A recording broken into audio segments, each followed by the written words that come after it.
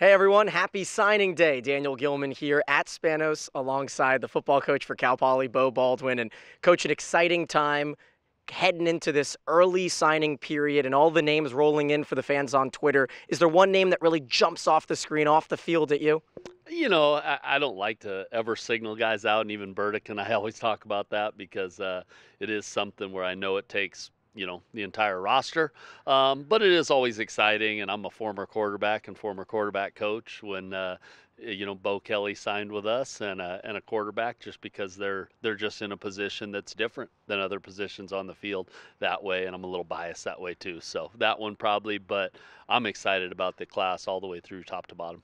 Well, there's certainly a lot of buzz about Beau to Beau, Beau Baldwin getting Beau Kelly. Walk me through a couple of the semantics and the difference makers that this quarterback from Dana Point brings to the table. I just think he's your typical guy that maybe gets a little under the radar because his size already, But these days you're seeing more of it, right? You see Kyler Murray the other day on that, on the big stage, and other guys all the way back to, Russell was the first one. But there's still gonna be a little bit of a, under recruitment to certain guys that maybe don't carry all the measurables height wise. But then when you look at everything else, making every throw, and more importantly to me than just making every throw, just how he leads, how he carries himself, what he does off the field, how he communicates with guys. And in the recruitment process, you got to just see what type of person he's going to be, not only on the field, but in the locker room as well. So that just, it excites me to. For your coaching staff, is stars something that you guys care about, look at? I know something that fans love to gawk about, right? Getting a 3-star quarterback. Is that something you guys even pay any attention to? Not at all. I mean, we really don't. And that's not taking anything away from the sites that put those stars together. I really don't know how they come about, but they have no bearing on our recruitment or what we, how we view any position. Certainly exciting to kind of get into that mind and find out what the war room looks like when you get the names out there and Twitter's running through them. And I'm going to shout out a couple 4 wide receivers here added to the class: Bryson Allen, Mekhi Johnson, Kai Rapola, and Logan Boer. What does that core kind of bring to the table moving forward? I think it brings great versatility to the table. I mean, there's versatility all the way through those 4 guys, and even within specific guys, a lot of each of those specific guys create versatility to work inside or outside. But then top to bottom, you have a lot of every one of them's a little bit different, and not that every one of them can't do a lot of different things, but everyone's a little bit different. And that's how you want to build your receiver room. That's how you want to build most rooms,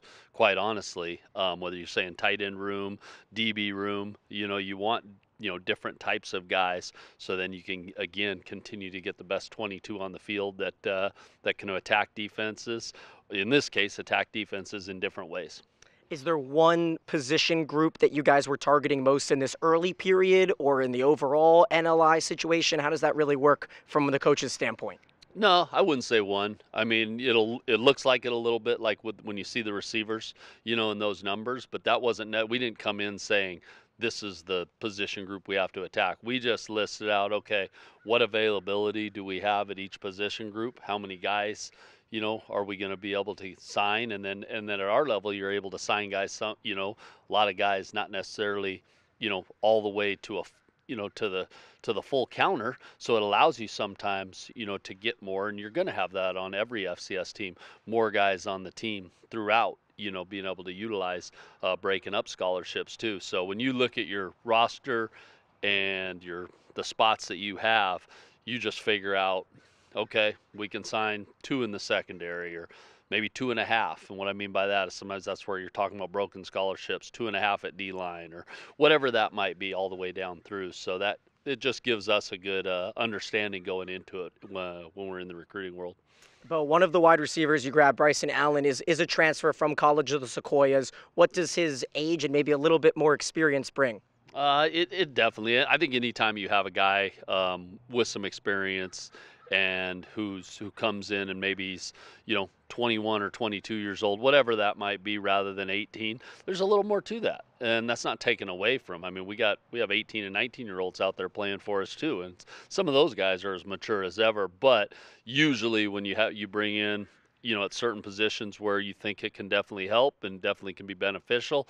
You're bringing in a 21-year-old, 20 or 21-year-old that's been there at the college level for a couple of years. A lot of times there's some maturity that can come with that and just some experience, and that can help bleed through some of the younger players as well. And how important was it for you to really solidify a lot of the in-state grabs, for your staff, all of these players that have been announced already, including the cornerback Don Sanders from San Diego, all from the state of California?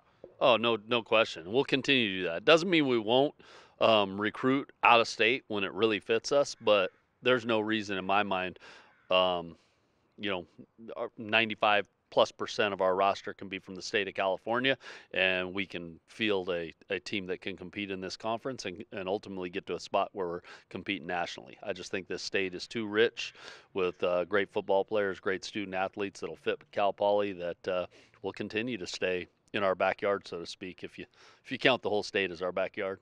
Yeah, I count it, right? And the fans all over the state kind of watching today and getting excited. What can they look forward to? I mean, we're only recording at 11 a.m., so I'm sure there's still a couple more names coming out there. Is there a certain amount of excitement that you can kind of tease towards our fans? Yeah, I mean, there's a chance for, a few more, and there'll be a chance to continue recruiting into January, into the next signing period. There'll be a chance nowadays with the transfer portal, what it is, and I don't see it being, we'll see. We'll see how it all plays out. Certain places, I think it'll be utilized more than others, but in our world, it'll still exist. We had, I believe, if I just think off the top of my head, 4 last year that were somewhere between May, June, July, and they were all players that impacted us, come September. So we could have, situations like that. So it's not as if you're doing everything right now. You're filling, we're hitting some great spots right now, and then we're still able to continue to evaluate and look at some things from the start of the new year on. Well, they call it the early signing period for a reason, right? And then last question I have for you. This really is your first full off season, right? Not interrupted by COVID or anything like that. What does that feel like, and kind of what is the momentum starting to build in your mind about what this program can be? It's exciting because we have yet to be able to build any foundation. We have yet to be able to put, even coming into this last fall, we were playing in the spring. That was shut down, and we were shut down before we started playing in the spring, and then we really only had 2 months before June hit and school was out, so you really didn't have an off season. I joked with our guys, this is our 3rd signing class because we were a part of the 1st signing class, yet we haven't had a spring ball. Yep. Think about that. This is our 3rd signing class, yet we have yet to have a spring ball. We played the semi-spring season last year, but not a true spring ball where you're installing and you're building your foundation. So it will be fun, and it'll be exciting to feel the newness for our guys too, coming back in January and truly having 6-7 months to truly, start, putting down a foundation before we start trying to slap walls up on the side. All right, Coach, thank you so much. Appreciate it. Thanks for having me. So we've got that foundation, a new quarterback added as well. Excited for spring ball to come around, and I'm sure you Mustang fans will be as well. He's Beau Baldwin. I'm Daniel Gilman. Thank you so much for watching.